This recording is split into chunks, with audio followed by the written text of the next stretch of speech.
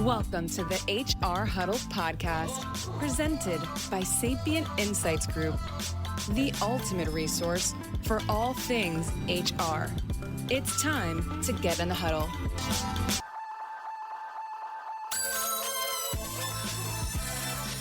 Hello, everyone. Welcome back to the HR Huddle. I'm your host, Teri Zipper, CEO and Managing Partner at Sapient Insights Group. And I'm back for another exciting episode of HR We Have a Problem. This is the show where we break down the big and most relevant HR issues of the day. We like to help you make sense of what they mean for you, and we talk about what you might do about them. So joining me today is Holger Mueller at Constellation Research and my partner and the host of Spilling the Tea on HR, Stacey Harris. Welcome, guys. Thanks for having me. Good morning. So Stacey and I have been talking all summer about having a conversation about AI. And well, we thought you were the right person to talk to about this topic, Holger.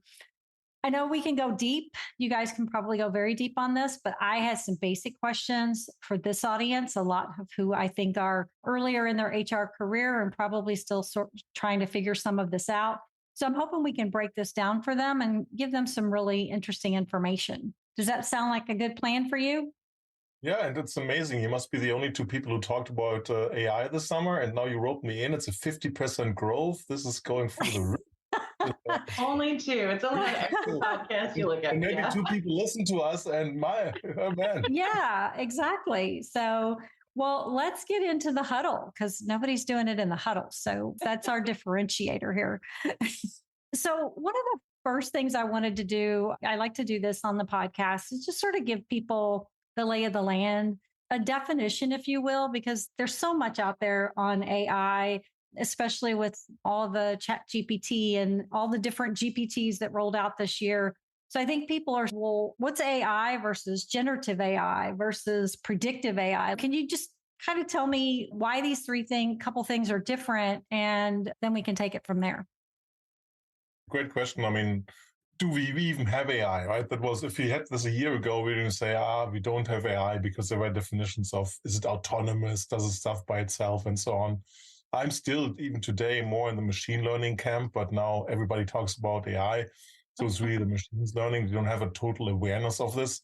The interesting breakthrough is, right, the whole thing which happened with OpenAI's ChatGPT, which is a way to index the internet, right, and skewer logic from that. And then, smart move by them, putting a conversational UI or UX, which we had before already, but we all have our assistants at home, which work more or less like from Alexa to Google Assistant to Siri and so on.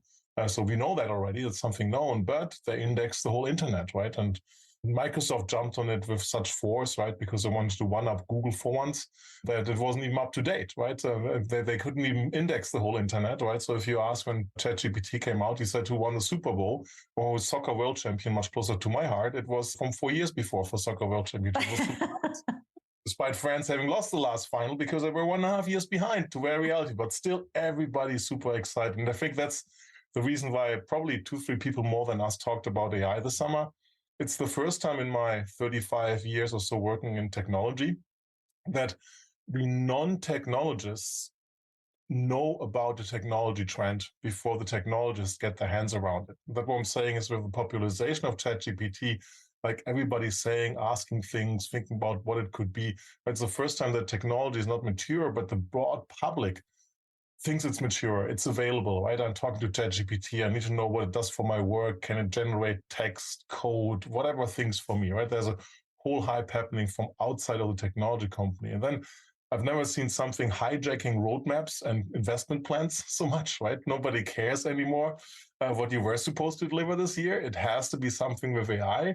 It's going to be interesting to see what the vendors will be doing in the second half of the year with a little more of breathing room response time. And then the big question is really caught everybody by surprise. What are you really going to do? How are you going to figure that out is the third thing. So that makes it so unique. And basically, I think for an easy audiences, it's the machine is doing something or software is doing something which you think, wow, delightful, nice, surprising, good, right? It can do this now for me. And that's what, if it's AI, machine learning, generative AI, predictive analytics, what we said 15 years ago, it doesn't really matter, right? It does automation for us, which is good, right? Because we have too many things to do. Yeah, it's magic. Yeah. It's the magic moment where you say, oh, wow, how did this happen, right? And it's not a human doing it, right? It's not a magician with smokes and mirrors and tricks and double fall trap doors or whatever, how they work. I can't figure that out. But it's something that you can ask the next question, right? And a big fascination of the early successes, right? We all struggle with writing, right? So we learn writing in school. We have to write longer essays. Many of us don't have to write. It's not popular to write, right? People who have to write, Stacey and me, we struggle, have writer's block and so on, right? And all of a sudden, this thing writes beautifully, right? But it's nothing really revolutionary, right? The revolutionary thing is that it knows the content relatively well, right? With some question marks, right? So, because it hallucinates, right? It's really funny. We anthropologize technology when we don't understand it, and software cannot hallucinate, right? Humans, animals can hallucinate in a certain dehydration state or drug state or whatever, right? No, it's the ones and zeros who determine something, and they determine something which we don't understand. So we think the software hallucinates. No, it's us not understanding why software told us something. Yeah. And I would like to add to that, Teri, a little bit, because I think where Holger's coming at is a reality check that we've been talking about for a while on where the market is at. What we're seeing, at least in the data, is that the HR audience, they're just as excited about a really good workflow tool as they are about an AI tool that can help them write a job description better. Both are good, both have their value, but we're still struggling with things like automating the process of onboarding for a lot of organizations, right? Or doing simple algorithms that actually can identify the total number of employees in our company on a real-time basis. And I think some of what we've got to really be aware of is that we still have a long way to go before that AI actually picks up the mantle and does the hard work for us, right? Yeah. It's a great observation, I think, right? There's lots of things to do, but it's fly me to the moon. But I can't get my plane off in a thunderstorm, right? So I can't get my luggage in time because there's no luggage handler, whatever, right? There's lots of things which are there before. And the interesting thing is, it's not going to be a gradually one thing comes to another building slow movement. It's going to be a very fast disruptive movement, right? Where the AI is overtaking the automation, that part, right? So this way you have to pay attention. This is why it's important to understand what can happen with AI and how it can change the best practices for your industry, how it can change AR. Yeah. I know a lot of the organizations that I've talked to over the last few months, obviously, they're all going to tell you they have AI capabilities within their technology from an HRIS perspective. But what are people actually, are clients asking the right questions of these organizations to really understand, well, what am I getting from an AI perspective in my HRIS? And what should I be asking for? What are the things that I need or that would be of more value to me from an HR perspective? That's a great question, right? And it's going to be, do I wait for my HR provider, to a software provider, to figure it out? Do I have to go to another new snazzy startup? Nothing against them, right? So which has supposedly figured it all out. Or as a third option, which is not very popular, but I think it's something to consider, do I have to figure it out myself? Yeah, and have to build it myself too, which the cloud providers are trying to make easier, right? For business people to build AI applications. And I'm a big fan of the third way of doing this because in my general research, I think it's the first time the age that we live in last 10 years or so where technology can do more than what the best practices in business, which are codified in standard software, in HR software, and ERP software, are automating. So the software is behind to what the technology can do. And for the longest time, we operated where software and technology are trying to close the gap to where the reality is. Right now, generative AI is a key thing to humanize things in terms of a conversational UI and to crunch enormous amounts of data which we couldn't crunch before. Right? So my classic thing, which I really look forward to see and hearing, which every organization can do, every practitioner can do, is create a chatbot which talks about the content of the employee handbook.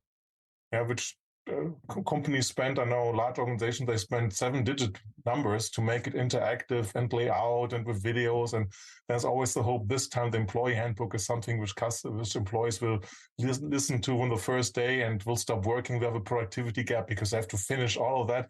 And then you ask the questions like 2 months later to the divisional departmental HR people and they get the same questions, right? Yeah. But nobody really wants to find out how many days of vacation can I take, accrue to the next year, or what is happening with this benefit and so on. Benefits enrollment is another one, right? Lots of documents which the technology is perfect to, and where you can have a conversational UX and you can really take away, and that's the interesting part, right?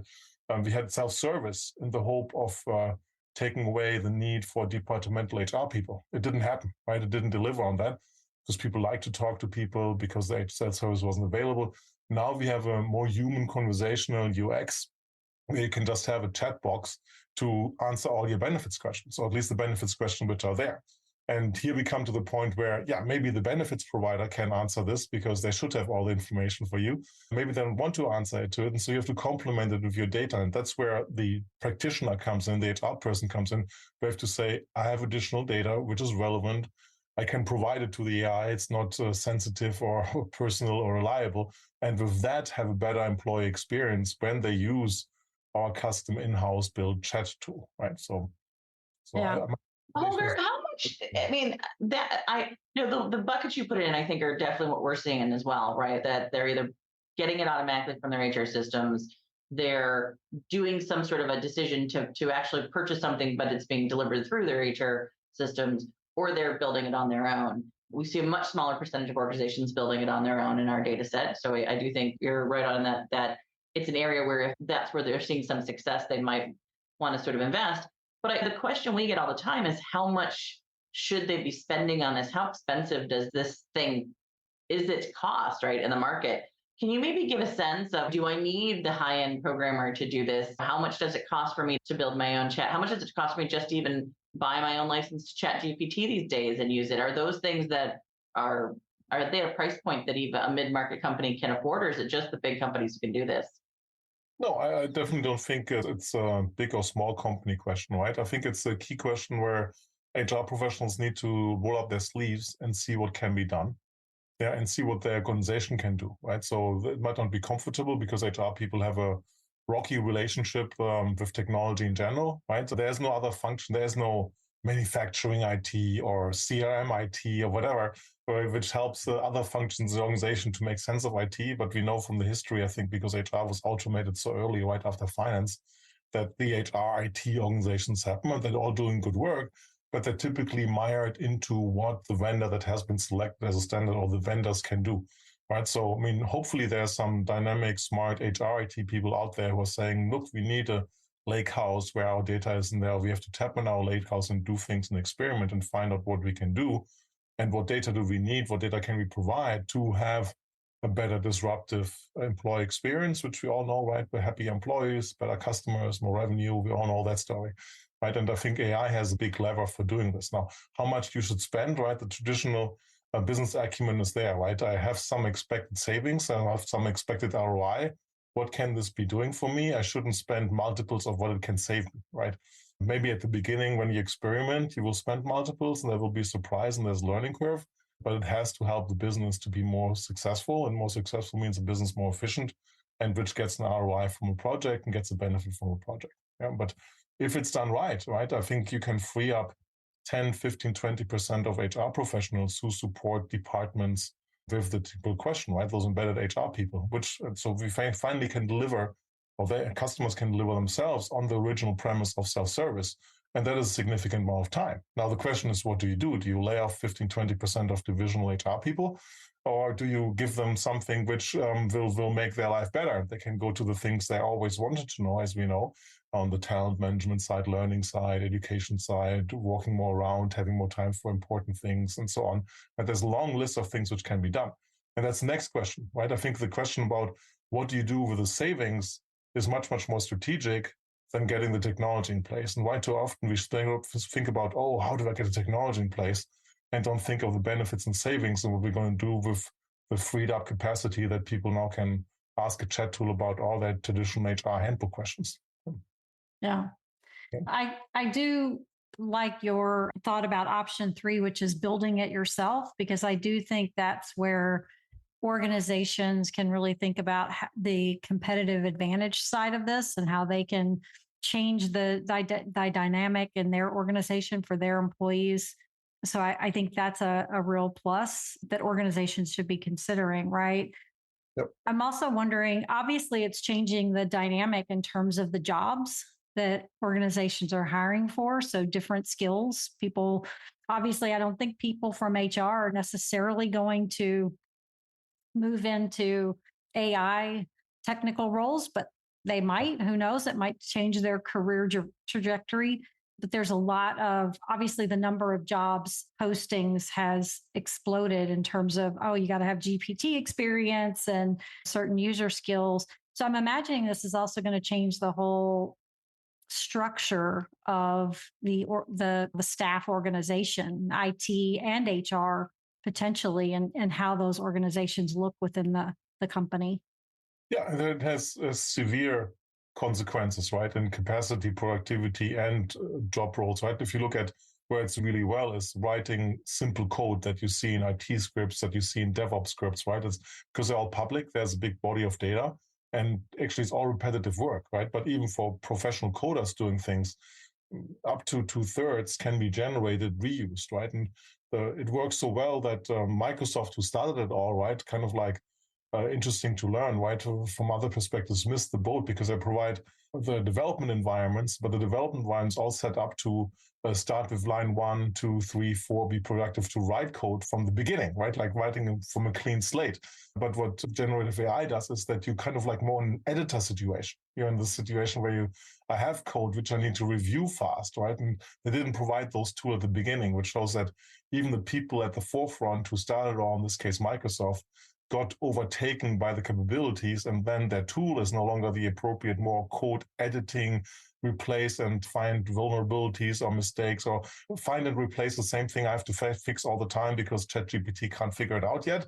So I want to run like 20, 30 things before I even look at the code. All these things have been missing originally. It's the learning with doing the technology. But I totally agree with you. You have to do things yourself. And you should look for who's all gearing up to help companies when they build custom stuff, which is the system integrators, right? They're all eager for that. And I think it's not going to be as hard as it was in the past because of the cloud vendor who are literally asked about what they're spending gazillions or billions into providing the AI platforms, right? I mean, you have to, the smallest machine, right? The company was doing really well. If you want to see how much is being spent, look at the results of NVIDIA. Right, I mean, they're 3 billion more than the expectation in their revenue. That normally doesn't happen in a thing which is chips, which is really how many you can produce on the chips there. When they're coming, there's not many surprises in either way. And there's a big surprise in the minimum unit of NVIDIA.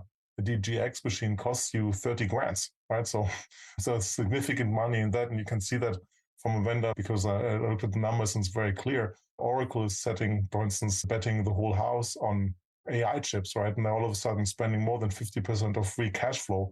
Oracle used to spend like 1 billion on CapEx every quarter, not a bad number. And now they're in the 5, 6, 7 billion of spending.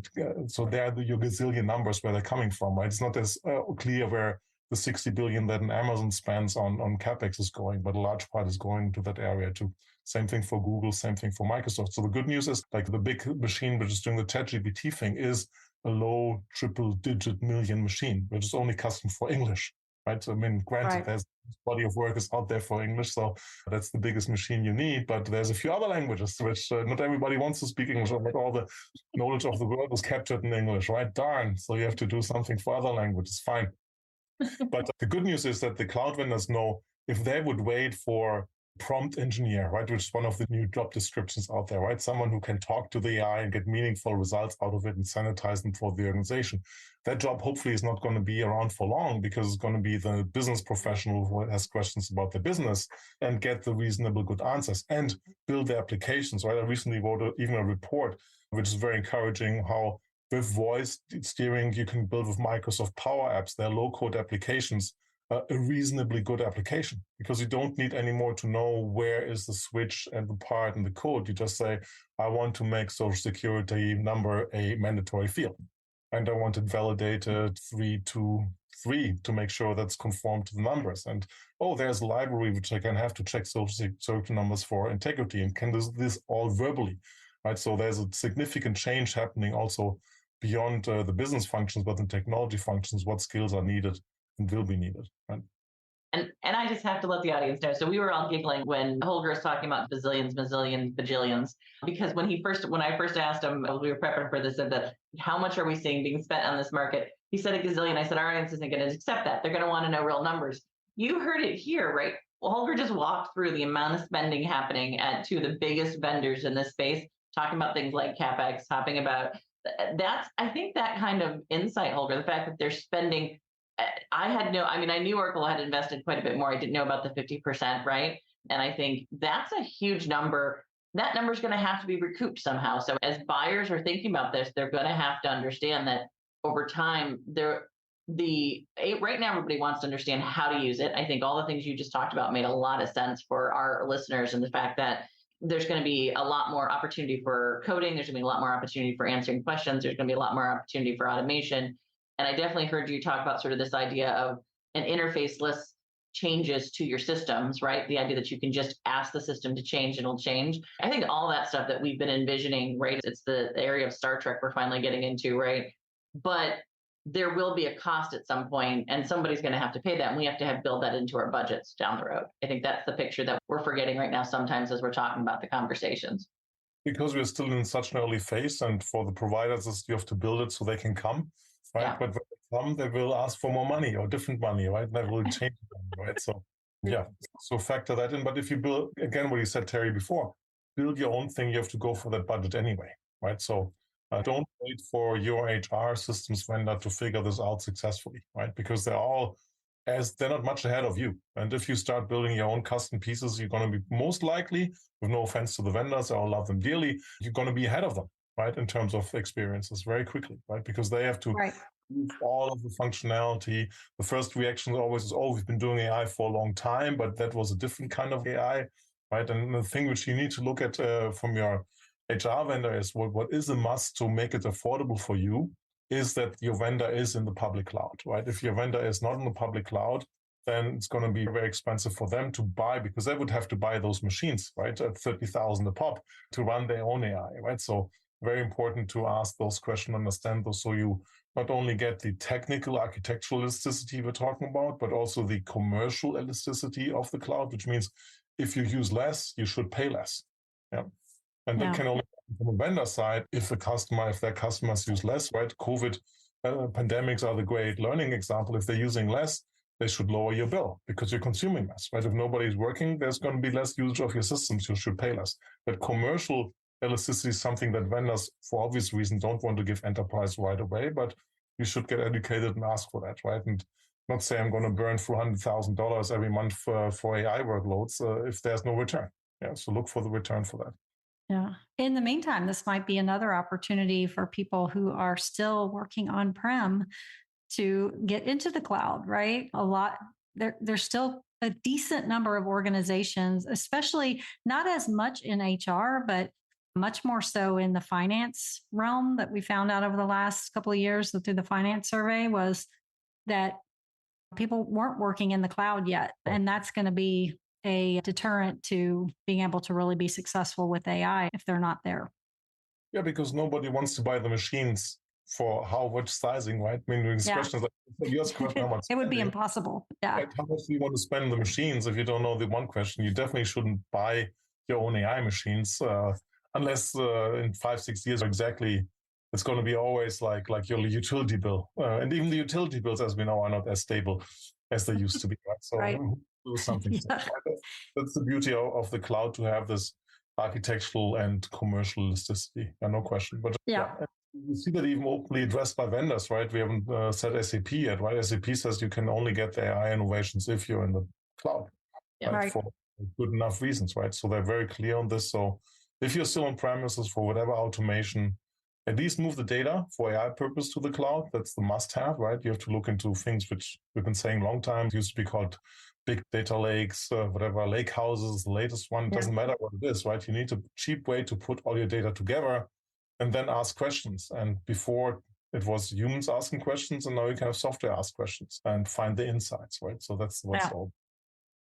I think the other question that a lot of people are asking, and of course, HR is one of the first to kind of think about how this is going to impact them, as they start thinking about putting using some sort of GPT where they can put their own data in the system and actually make things more relevant to their business. A lot of people are still asking the sort of the legal and the security question. Is my data secure? And how am I going to protect our intellectual capital and those types of things? What are people doing about that? Yeah, that's a great question. So first of all, if you put enormous amounts of data out in the public, you should think about monetizing that, right? If you're a title company and putting this all on the web for free and so on, then the robots can come and crunch that number and figure out who bought which house when. You're going to look very unhappy because you didn't think about this business model, right? And similarly, we see organizations not allowing developers to use ChatGPT or IT people to use it because you're worried about copyright infringements, IP issues, viruses, and so on, right? So you have to figure out what is your organization doing on the data side and then on best practice side to take that over. And now I forgot your question, Teri, because I went on the foundation question. Well, it was really more related to how are we getting people comfortable with the idea of being able to put their data in? Are there some opportunities for some private GPTs and those types of things that would enable me to put all my intellectual capital in there so I can make something that's very relevant for my organization?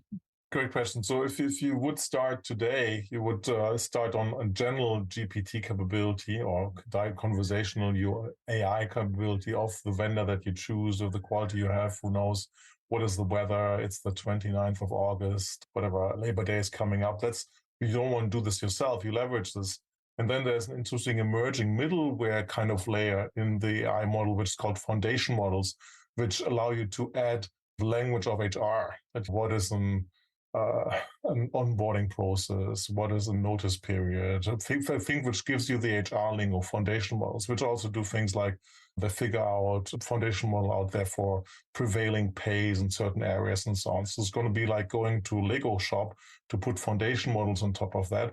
And then comes only your own data on top of that, which you have to provide, and you have to trust that cloud provider. And that's a fraction of the overall model. Surrounding error, it's going to be less than 1%.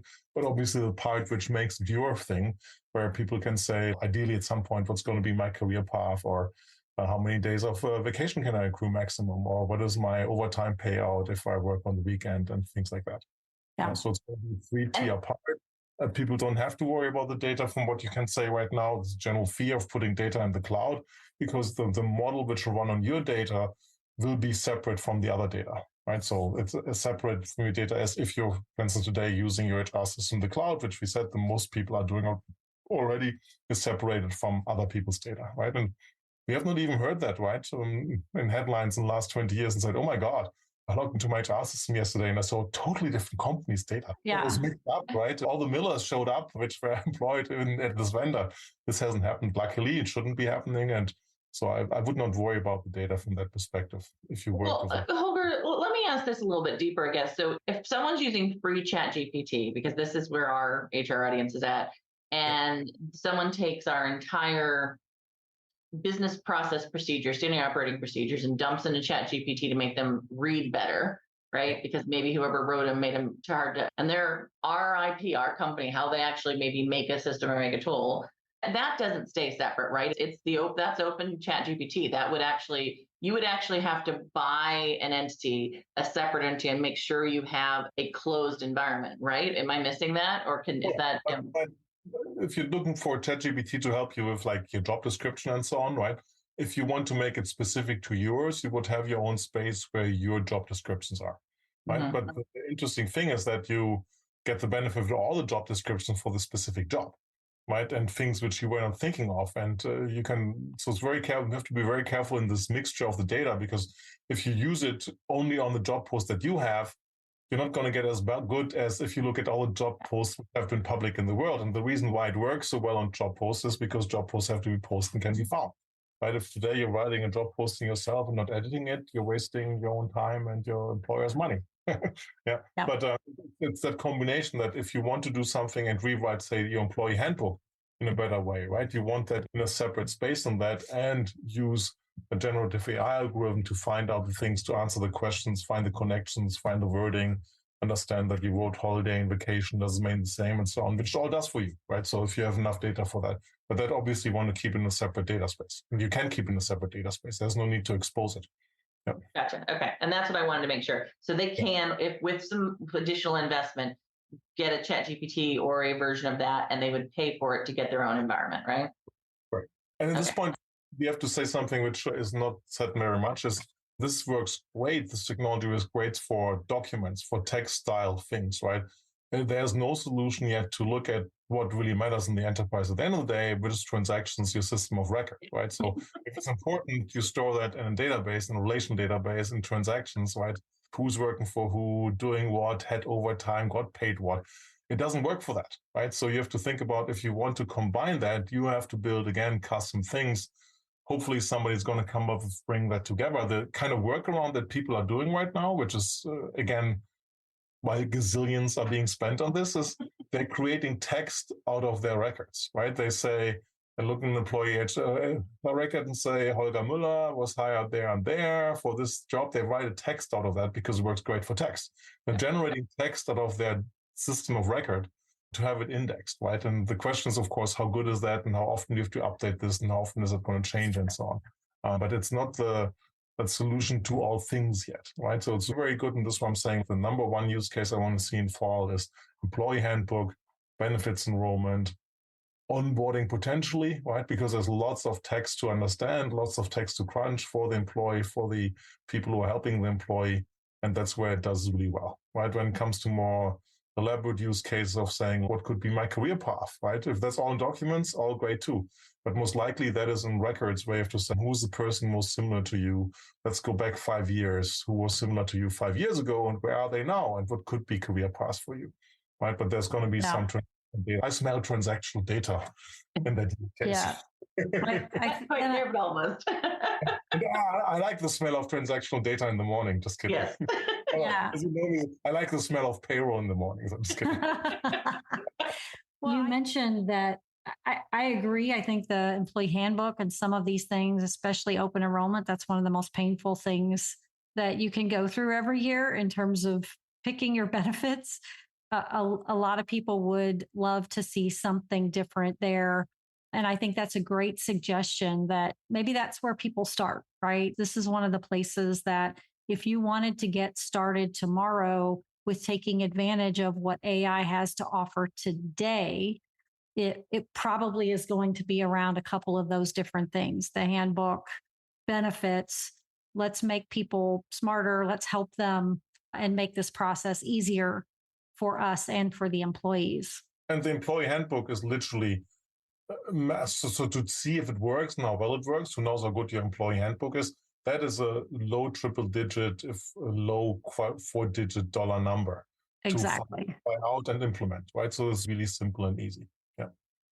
Yeah, that should be really simple and a great place to start, I think, for people, especially as they're thinking about how they're going to use this, how it's going to impact their organization, and where they can make the most success from it to get started. Exactly. Yeah. And it gets more complicated benefits because you have more documents, more parts, limited time frame you have to get done. But the employee handbook is something every HR professional who has to do anything with employee handbook or with the divisional departmental HR people definitely should look into it. And who is a divisional departmental HR person, they should do that for their own purpose, right? So let me talk to you to bigger things. So, I mean, I love when you talk to me and come by and we chat. There's a social benefit from that, of course, too. But I mean, we know that certain generations of the workforce prefer not to come by, right? Or to come in the office or whatever it is, right? Exactly. So you can address it with a chat function. Chat function might do. Yeah, might do. Yeah. Stacey, did you have any other questions? Yeah, I have one question, Holger, and this is probably more than what we can get into in the next 10 minutes. Maybe you can give us just a little insight into it. I know there's been a couple of news stories that we've been covering that came out in the last month about the next version of ChatGPT has actually gotten worse instead of better in certain things because the feedback loop, right? It's causing it to be worse at math. It's causing it to be worse at answering some questions. And does having this closed environment, like your own version, insulate you a little bit from that sort of basically a bad feedback loop, like training, like educating a child? If you don't give it the right information, then you're going to get back sort of the wrong behavior, right? I think that's what we're seeing, right? Yeah, so it's all technology, right? I mean, it goes 2 steps forward, 1 step back, right? So nobody can exclude a bad version of any software which is out there, right? A bad app, a bad smartphone operating system, right? We all know, send other people first and then figure out if it works. Don't be the first on this. And the same thing will happen with generative AI, has happened with generative AI, but it will be fixed very quickly and will be addressed very quickly. So I would not, I see this in the fear and naysayers of saying, oh, this is not proven, it's not working. And the problem is, right, our process works so much faster, and we know it's very much better to, like, if you think in customer facing things, if you have the faster customer facing part, if you have no strategy in that part, it's going to be rougher. And I always use this analogy before, right? You didn't want to be the taxi company when Uber came to town, right? We all found that tougher, right? Then all of a sudden, where's the app? We have to build an app as a taxi company. We're a software company. We have to figure this out, right? And you're losing business every day, right? It's going to be more brutal than that. So think of that scenario. Whenever that happens, when your competition can do something in a similar way and where generative AI is delivering value, it's going to be worse than Uber comes to town and you're the taxi company. Yeah, so look at it and understand it, and don't be afraid of technology anymore. So get ahead of it. Don't wait. Yeah. You can't sit generative AI out. Yeah. And that's the nice things though, right? It's not this mythical thing, expensive only for companies, right? This is something you can try out for yourself, right? And see how it works, right? So if you haven't tried it, and I would say probably a lot of people have. I mean, they've played around on ChatGPT at some point. And if you haven't, don't be afraid. It's very simple. I was able to do it. So if I can do it, you can do it. I think it's about the questions and how you ask the question. And I know in my mind, there are people who can ask really good questions when they're in Google, and other people who are just like it's a random word that they're hoping to bring back the world with that question. I think ChatGPT is the same way. If you don't ask the question the right way, you're not going to get a very good answer. So consider the question. Yeah. Holger, is there any place that people can go right now to learn more, or some places that some sites, websites they can check up on and learn a little bit more about where things are going and what's happening, especially as it relates to HR? It's a great question. I wouldn't know right now because it's so new. I mean, there's not the dedicated generative AI HR website that I know. If it's there, please. I don't know one either, but if you think of anything, or if we gather some information on that, I'll ask our marketing team to include it in the copy when they send out the website. In September, right? But happy to anybody listening to here. I mean, the easiest tool to use is X. Don't say Twitter anymore, right? Exactly. Right. Send me direct message. More than happy to help from what I will know next week when you send me a direct message. Yeah. So that'd be great. Yeah. Awesome. Well, thank you both. This has been a great conversation. There's probably a lot more we could talk about with respect to this, but that's all the time we have for today. I want to thank you guys for joining. I also want to thank our media group, Brand Method, who helps us get this podcast out every week, and our great marketing team. And thank you for tuning in. If you enjoyed this episode, you can subscribe to it on your favorite podcast app. And if you get a chance, leave us a review. You can also drop us a line or schedule a chat on the website. And we will be back in 2 weeks with another episode of HR We Have a Problem. Thanks, everybody. Thanks for having me.